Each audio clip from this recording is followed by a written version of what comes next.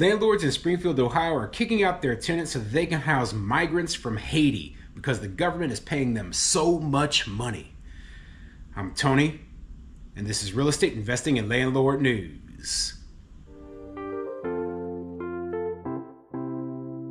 Alright, so I have an interesting topic for you today, and it has to do with both illegal aliens and it has to do with government vouchers and government housing assistance, right? So two topics that I'm very interested in, and I'm sure a lot of people on here are interested in as well. So basically, you know, I'm sure you've seen the news. I'm sure you've seen that there are a lot of Haitian migrants who are living in a small town in Ohio called Springfield, Ohio. And it's basically a third of the population or a quarter of the population of the entire city is these Haitian migrants. And they've all come to the United States within the last 5 years. So it's been a huge influx in a very short period of time.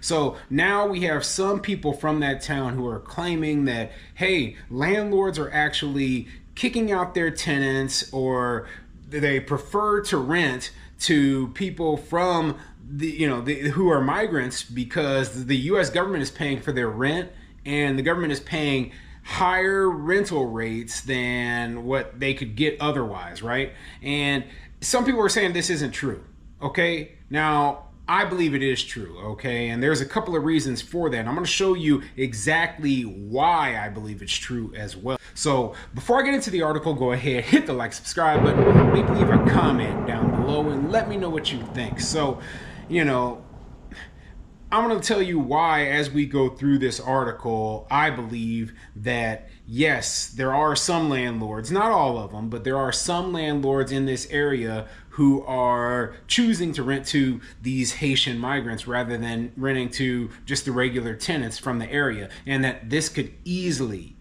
especially in such a small town, cause a housing shortage and cause rents to skyrocket.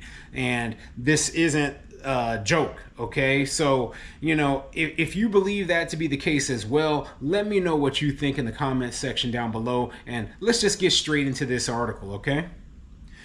This article is coming from VinNews.com, and it says, Springfield, Ohio man claims local residents displaced as landlords prioritize government-funded Haitian tenants. Okay, let's see what the article says. A Springfield man raised concerns during a public forum alleging that long-term residents are being displaced from their homes as landlords increasingly prioritize renting to Haitian immigrants, for whom the government is reportedly paying triple the rent.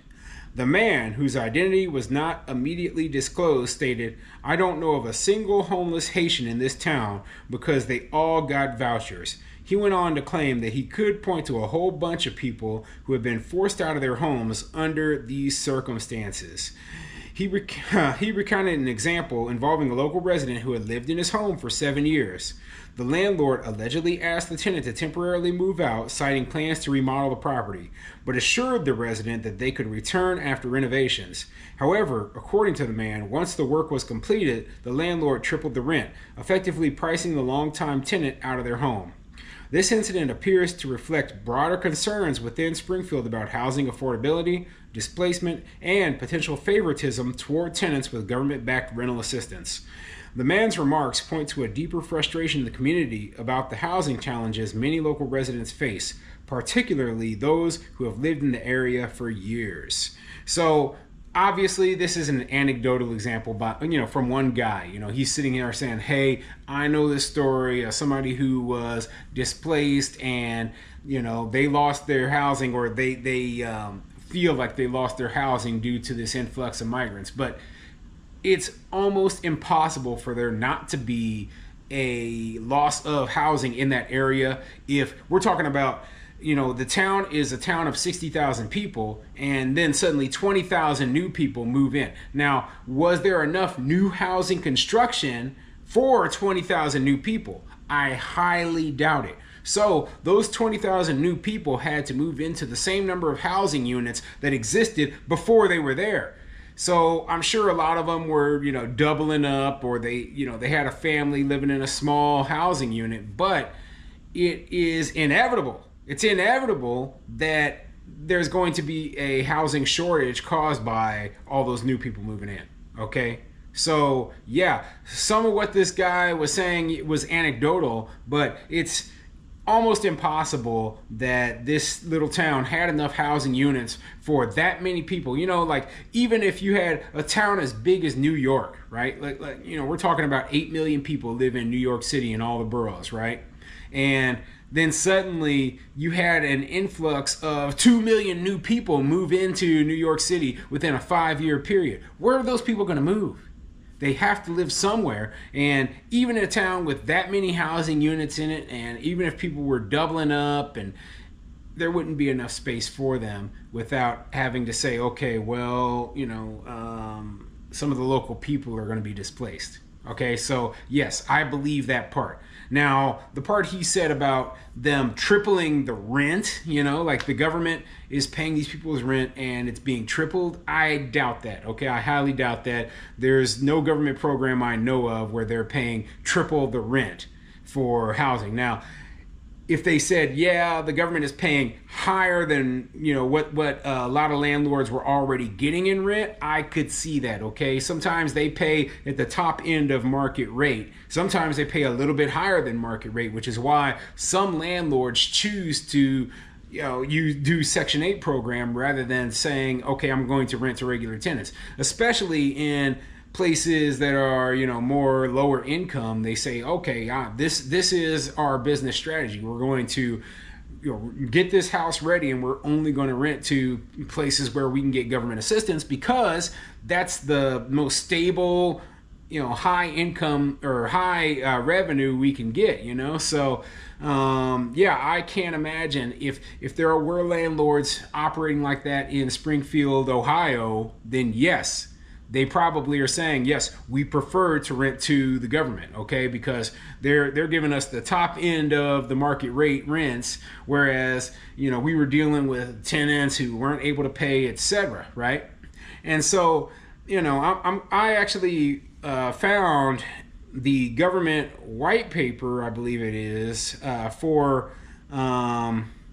paying landlords with government assistance for people who would be allowed into the United States, right? And I actually pulled this off of the Health and Human Services website, right? And it's called a fact sheet on renting to refugees and other eligible newcomers, right?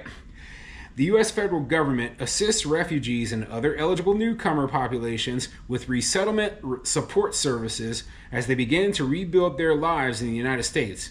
This fact sheet answers questions that landlords and property managers may have as they consider renting to refugees and other eligible newcomers. Okay, so yeah, they put this fact sheet out there to answer questions to landlords who are curious about renting to these people, you know, and basically the things that they're going over here.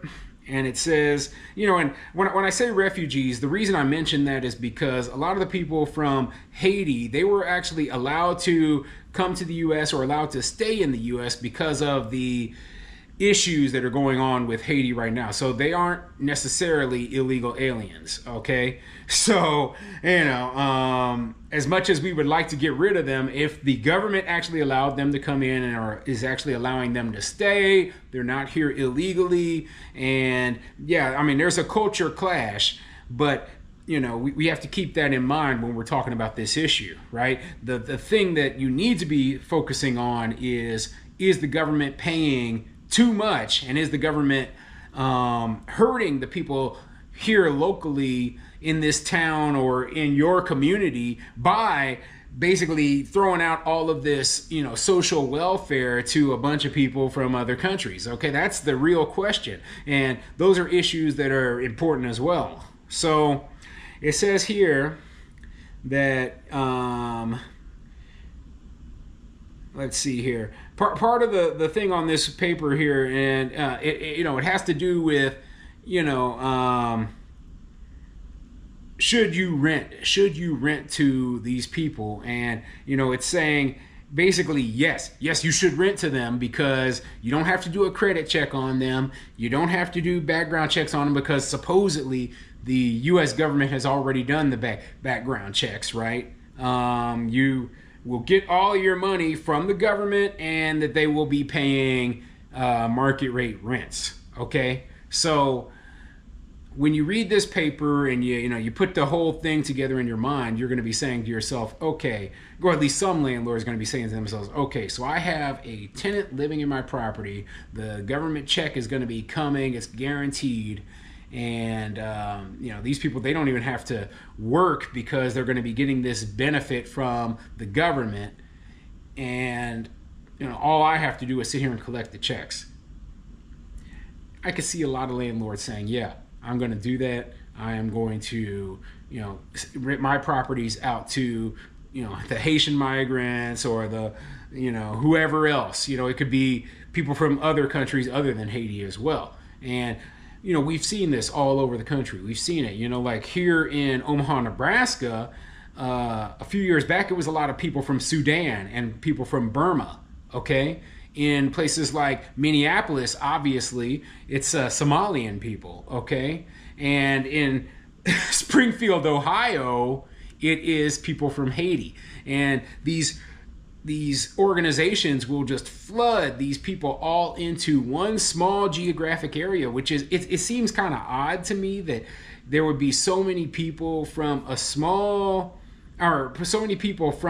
specific country being put into a small geographic area, but this is extremely common. That's why you have 100,000 people from Somalia living in Minnesota. Okay, that's insane to me. Or you see a ton of Iraqi people all living in the Detroit area. Right? In my mind, you would spread those people out throughout the country, and but no, that's not how it works. But anyway, I want to know what you think of this whole situation. Do you think that, this is, really happening? Do you believe that this is a good thing, a bad thing? Put a comment in the comment section down below.